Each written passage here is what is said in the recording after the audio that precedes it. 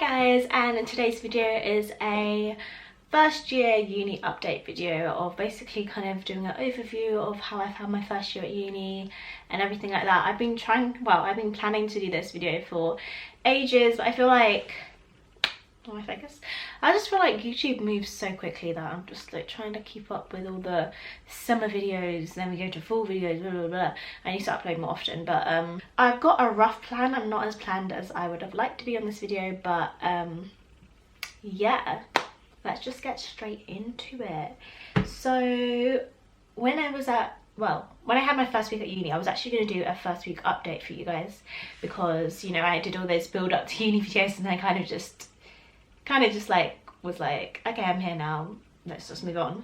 But I did write stuff for my first week kind of update, which I want to share with you just because, well, I kind of want to share it for myself so I can look back on how I felt my first week, and also if anyone is everyone's going to uni roughly in a few weeks. I just want to kind of, you know, reassure everyone who's going and anyone watching this video, anyone just interested in how my first week was once I actually got to uni. So good morning guys. It is the 22nd of September and it's officially move-in day and I'm very excited, a little bit nervous. I have already like put some of the stuff into the car, but there's still loads of stuff to go, which is slightly worrying. Luckily for me, I actually have been like everyone I'm in my group chat with, we made everyone who I'm in a flat with, we made a group chat, so we have been talking up to this point, so it's a little bit less nerve-wracking than I think it would be if I didn't know like anyone at all. And I'm actually really excited just to get in there. And obviously I've been sharing a room with my sister for like since I was born, so this is like a very exciting moment for me to like finally have my own room and just have my own space and decorate it how I want to, etc, etc. So I'm really excited for that. Down here.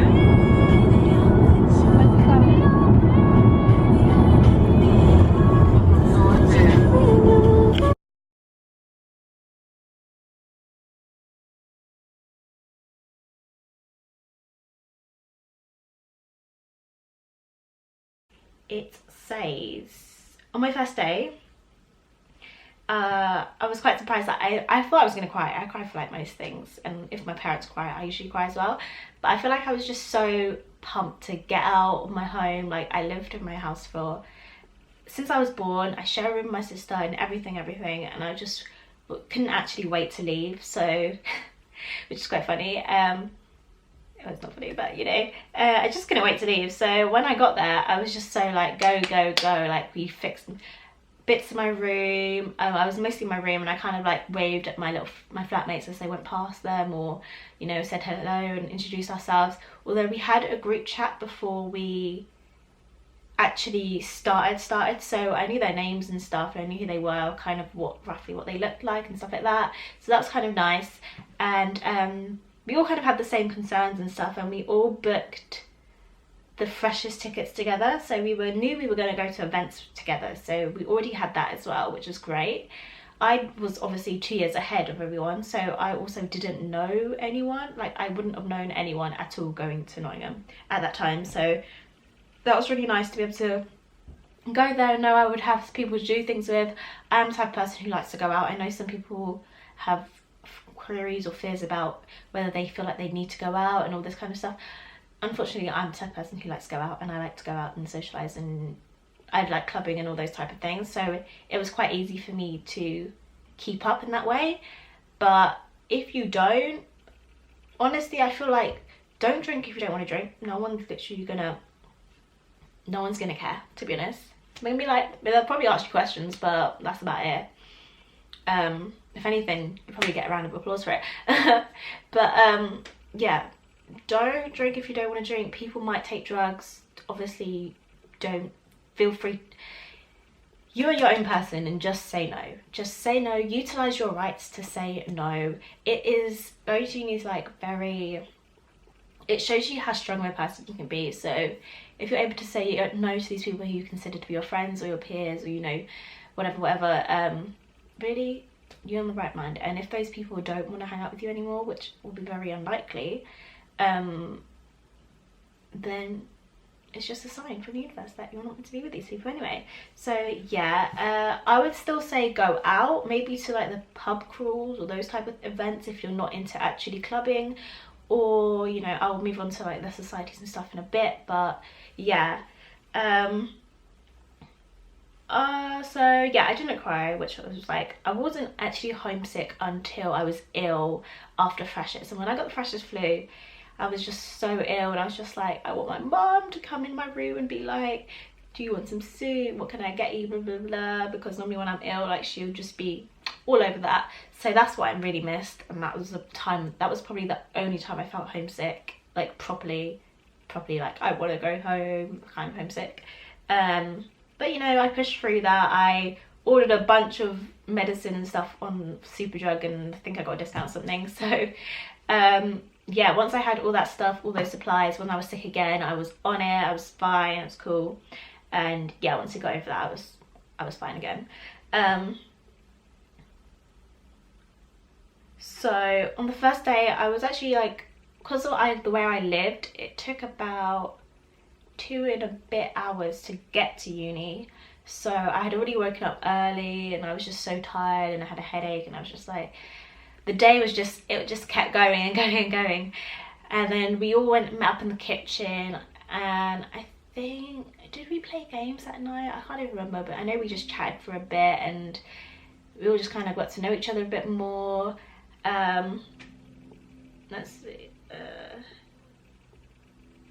Yeah, so we played Ring of Fire actually. We drank. I feel like drinking, if you do drink, it just really loosens everyone up, and everyone's just more like chilled, and you know, it breaks the whole contact barriers and stuff like that. And it just, yeah, it just helps everyone to bond a bit more. But obviously, you know, if you don't want to drink, do not drink. If you're a type of person who can chill with people without drinking, even better for that. So just don't. So that week, the first week that I was there, we had like, it was more of an introduction week. We had our schedules, I think, of where we would be, but we didn't actually learn anything in specific. It was just kind of like games and stuff that you would normally do on any other first week of school that you go to. So really, that was what happened. I feel like at uni, it's very difficult. I'm going to get onto friends more, but it's very difficult to make bonds with people, just because some people will go to classes for like the first few weeks, sorry, the lighting keeps changing now. People will go to your classes in the first few weeks, and then they'll disappear, and then they'll come back, and it's just a bit like, I don't know. But I wasn't any better at going to classes, to be honest. And I feel like because of that week, it was really great to like know where your classes were. You had time to get there and figure everything out, because you obviously hadn't been to that, like the unis are massive. Well, the one I go to is absolutely massive, Nottingham. So I was just like, it would be like C and then a number or something like that. Or like, no, it would be like C, B, and then a number. I was like, what is this? Like, there's no science anywhere. So C would be like chemistry or something, and then they have floors, so A, B, C. So it took a while to kind of get to know like where I was going, obviously. And also, luckily, my flatmate was doing sociology and criminology. I was just doing sociology. So there were some classes I had with her, some without. The ones without, I feel like it really boosted my independence in terms of finding places in uni to go to, having people that I had to force myself out of my comfort zone in terms of like having to make friends with people, because obviously I wasn't going to be in all the lessons with her. So yeah, in freshers I did go out quite a lot. Well, I went to a lot of the freshers events. Some were great, some were not so good, some were questionable, but we tried to get out as much as we could. Eventually that kind of slowed down throughout the year, so like we would go out at the very beginning, we would probably go out 3 times a week, maybe 2 times a week, and then it slowly progressed to like once a week, or we would just maybe go to a bar, or as my flatmates got their own friends and we kind of didn't rely on each other as much, they would go out with their friends, and then, you know, like, yeah. And also what also helped with bonding was cooking meals together at the same time. So we would just message each other like, who's in the kitchen, is anyone gonna cook, when you guys have a dinner, whatever. And yeah, just like cooking meals together. We also cooked our Christmas dinner. We had a whole Christmas dinner together, and we had a Mexican night as well, where we just made like, everyone made a dish and stuff like that. We were all just in the kitchen chilling with some music and cooking and stuff. I'm surprising, like, if you're the type of person who doesn't like to do a lot of things, you might struggle in the first few weeks or first few months, but you have to just really push yourself to like get out of bed to go to uni, especially when it starts getting dark and you just have no motivation. But just forcing yourself out of bed, forcing yourself to cook dinner, because you're not going to be able to afford takeaways that often, just like forcing yourself to go shopping for food. It's a lot, but it's really good. It's really good for your independence, and it's just really great to like push you out of your comfort zone. Like, so many people live in the same area for the whole of their lives, and this is the first time they've ever gone anywhere new or been around new people and all this kind of stuff. I went to a new, before uni, I went to a new sixth form, and I went to a college, so I had kind of already had the experience of meeting new people and starting afresh. So I think that really helped me. But if you haven't, I think just really 100% be yourself. Like, before, this guy messaged me once and he was like, I'm really scared I'm not going to make friends, blah blah blah. This was like 2 years ago when he was going to uni. And I was like, honestly, just be yourself, because the right people will gravitate towards you that way. If you pretend to be something you're not, then you will find yourself in situations where you're having all these toxic friends and fake friends and friends that you feel like aren't your friends, but now you're stuck with them or whatever. But if you be 100% yourself, then you'll find the people who are right for you. That's the only way that it's going to happen. That is like the only way. Obviously, push yourself out of your comfort zone, and you know, but at the end of the day, if you're not yourself, then it's not going to be the right friends for you. You're just going to attract energies that are not compatible to yours. So Freshers Week, there are a lot of societies, kind of like events and stuff, and people try and get you to join their societies. I wish I'd joined more societies, because I struggled to make friends on my course a lot. I will go into more depth in a bit, but yeah, I wish I had picked more societies. Hopefully, I'm hoping next year. I joined the African and Caribbean Society, and they had a netball team, and unless you were on the netball team, you honestly did not know anything that was going on. Luckily, my flatmate was also in that society, and she was on the netball team, so she would kind of tell me when things were going on. But apart from that, I just didn't really feel part of that society. At the same time, you have to pay to go to these societies, so there's also that. There's also the monies. That was one thing that put me off. I was like, yeah, I'm gonna join so many societies at uni, like I've missed playing sports, I miss this, I miss that. And then it was like, okay, well, we need like £10, we need like £5 a week, we need like £200 for you to play sports. It's like, what, huh? No, it's not gonna happen. It's just not gonna happen. Okay, we're on the thing of making friends. This is where I found it a bit difficult. At the beginning, obviously, I spent a lot of times with my flatmates, and it was really great. I hadn't been this close with that many people. Like, I find it hard to make very close friends, because if I don't feel a certain connection to you, it's just a bit, I don't know, I feel like I'm really picky with my friends. So, and also as they began to make their own friends, I also realised that I didn't have my own friends out of my flatmates. So I would go to uni, maybe talk to a few people like in seminars, and then I would go home, maybe stay in my room, and then see my flatmates. Or on the weekends I would only socialise with my flatmates. So it was like my flatmates became my family. So it was almost like only socialising with your family, like having no friends, not going out the house.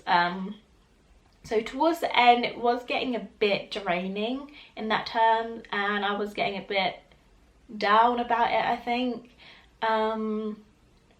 but you know, I didn't really dwell on it too much at the same time. I'm just, you know, next year I'm going to make more of an effort with people, and not relying so much on that, you know, initial connection, because sometimes it's hard to build. Sometimes you have to build these things, you know.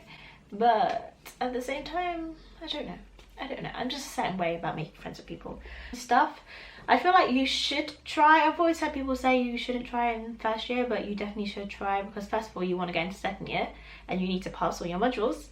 Also, it's just really good to like learn what they're looking for from you. Like if you don't try and then you go straight into second year, like how are you going to know how to get your first? How are you going to know what you did to get that first, or to get that 2-1? Like how are you going to know? You're not. So it's trial and error in first year, okay? So use it as that time to do that. I'm going to talk about budgeting now, and the same thing of enjoying what you're doing. I feel like don't be too strict about your budget unless you know you're literally not going to be able to afford anything. Because I also suggest getting the Santander student bank, because you get a free rail card. So if you're living away from home, your train tickets will be a lot cheaper, and that helps so much. Like my train tickets home would have been about 50 odd pounds if I wasn't on Santander, and they were about 30, so definitely helps a lot. So I would say set a weekly budget in general. Some people like to take money out of their account and then put their weekly budget in as the week comes in. Oh god, as the week comes in, so that they know how much they're going to spend and they don't go over it. I didn't do that as such. I kind of just like I would buy food, and then if I got to the till and it was over, I'd be like, I spent a little bit too much this week, and then I'd like cut back. But I would more buy things in bulk or when they were discounted mostly.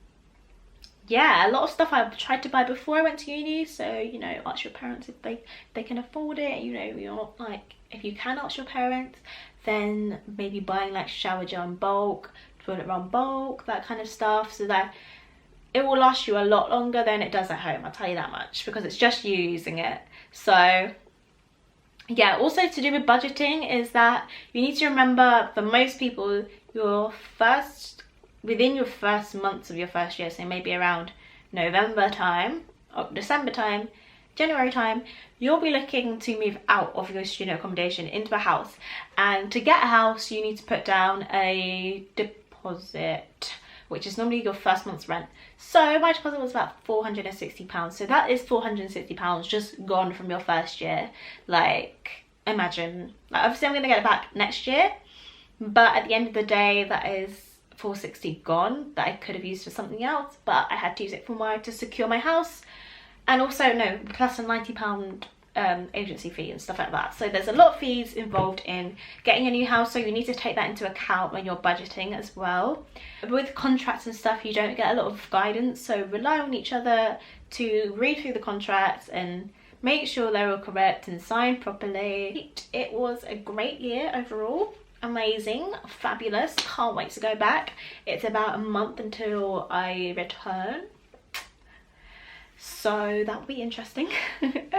And yeah, I hope you enjoyed this video, so give it a thumbs up if you did, and I will see you in my next one. Bye.